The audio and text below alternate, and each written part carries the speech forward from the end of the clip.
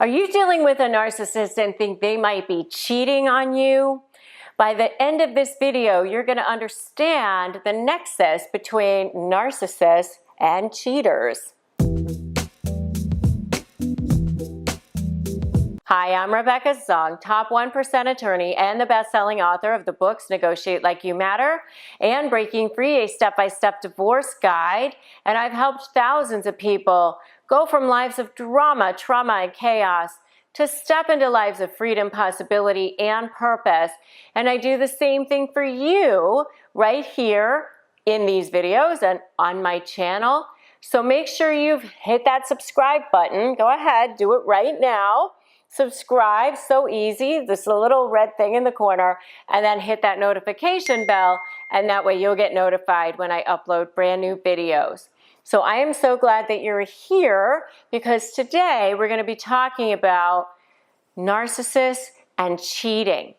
So I've often said for many years, that even back in my book, when I wrote the first book, Breaking Free, a step-by-step divorce guide, I wrote that book in 2013, and it went on to become a bestseller.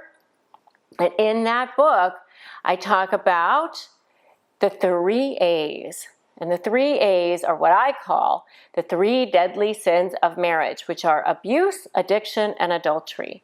And I say that they're the 3 deadly sins of marriage because if you have any one of those things, it's pretty much a death knell for the relationship. So today we're talking mostly about the 3rd A, which is adultery. Sometimes, a lot of times, I've actually seen people who've been dealing with all 3 or even a combination of 2 of the 3, something like that. But with narcissists, you often do see a nexus between being a narcissist and being a cheater. All cheaters are not narcissists. All narcissists are not cheaters, but there is a higher propensity for cheaters to have been narcissists. And why is that? Well, because narcissists need an endless amount of narcissistic supply. So narcissistic supply is anything that feeds a narcissist's ego. Narcissists have no inner sense of value. They have to suck all of their value from their external in some way. So to feed their ego. And how they feed their ego is through what we call narcissistic supply. Supply can be what we think of that feeds people's egos, such as having lots of money or having a prestigious job or living in a big house or driving the right car or being friends with the right people, and all of those kinds of things that you normally think of as feeding people's ego. But narcissistic supply can also come in the form of what I call the dark underbelly of narcissistic supply. And that dark underbelly of narcissistic supply is things like devaluing people, debasing people, judging people, treating people poorly, jerking them around, all those sorts of things. And so, they need this endless amount of supply. And so they'll collect people almost like, books on a shelf of or canned food or something as like their supply, their arsenal, that's where they go to get their supply wherever they can get it from. And the worse they are as narcissists, the more supply they need to get. And sometimes, they get more and more powerful, so they are able to gather more supply from various sources. So if they want to get more supply and they feel like they're not getting it enough from the person with whom they are in a relationship with, whether it's your boyfriend, girlfriend, fiance, husband, wife, spouse, romantic partner, whatever you want to call it, then they're going to go and get it from someone else. And it has nothing to do with you. It doesn't mean that you have failed in giving them enough supply. It means that they think that they need more. And it's, this person at work is saying how awesome they are And so, you know, if they don't have values or morals, then they're going to go ahead and do it. And especially if they think that they can get away with it, because narcissists do tend to do things as long as they think that they can get away with it. So if they think that you'll never know or you'll never find out, then they will go and get that supply from somewhere else. But the crazy thing is, even if they're getting lots of supply from you, because, you know, you look good on paper as a spouse to them, or because you've done so much for them, or because they want the window dressing of a nice family or whatever, when you catch them, they could actually be like mortified and on the floor and, oh my God, I'll never do it again. And then they start love bombing you back into the way they were love bombing you to get you into the relationship in the first place. And if you want to know more about love bombing, make sure you check out my video on love bombing.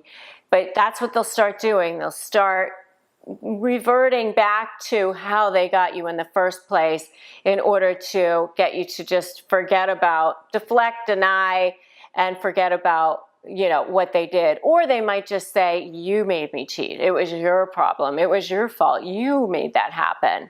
And if you want to know more about what narcissists do when you catch them in a lie, check out my video on what happens when you catch a narcissist in a lie. So one of the reasons that narcissists do cheat is that they feel entitled, and they also lack boundaries, and they are pathological liars.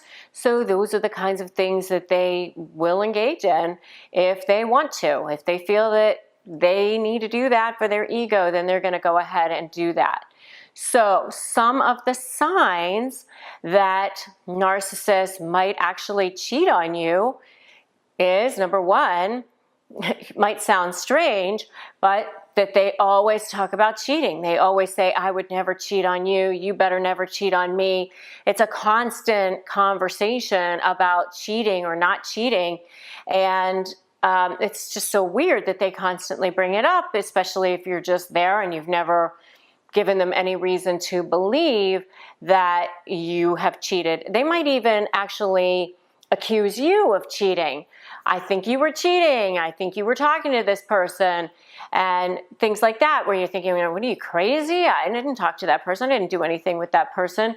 That is a trait of a person that might potentially end up cheating on you. Number two is that they're super secretive with their information, with their phone, with anything with a password. You can never get near their phone. They have it on them all the time. I mean, you know, even when they basically take a shower, right there it is, right next to them in the bathroom, you know, and you don't know what their password is, or they're secretly texting when you're not watching them. You know, you walk into the room and they quickly put it away and they act kind of guilty about it. That might be a reason too. Another thing is that they disappear for periods of time. You don't know where they are. You don't know what they're doing. They're coming home late. They have lots of work projects or things that are going on. Another thing is, I've seen in clients where they have hidden bank accounts. They might be spending money from a hidden bank account, or maybe they have a credit card that you didn't know about because they're using that credit card to spend money on another person. And if you are so ready to break free from that cheater in your life, I want to see a break free in the comments. So if you are getting ready to negotiate with a narcissist, go ahead and grab my free Crush My Negotiation Prep Worksheet.